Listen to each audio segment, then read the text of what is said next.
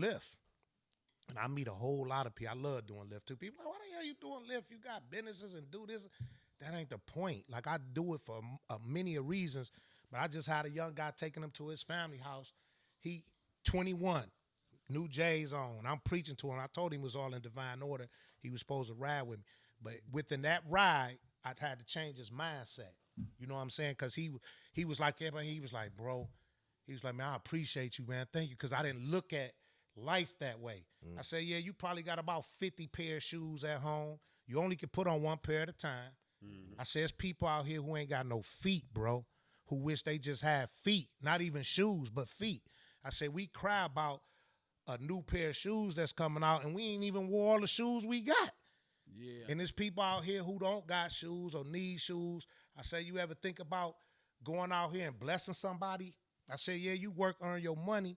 I said, but sometimes take the time out to see who you can help instead of taking that money to buy something else you don't even need. You got a closet full of clothes, shoes, you get your check, you like, oh, I need them new J's that's coming out. Why? That's some selfish shit. And I say, now I'm going to ask you, when the last time you helped somebody? And he was like, man, I never done that. I was like, man, change your mindset, brother. I said, God is blessing you to have all this stuff, but he also want to test you to see, are you a giver or are you just a taker? So he blessed you to have all these options, but what are you doing to give back? And he was like, man, he didn't even want to get out the car when we pulled up.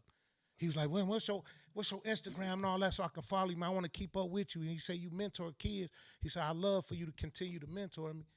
And I'm so humble. I said, listen, this I called. Like, I love what I do because when you can reach this young youth, see, the whole key thing nowadays is changing their mindset.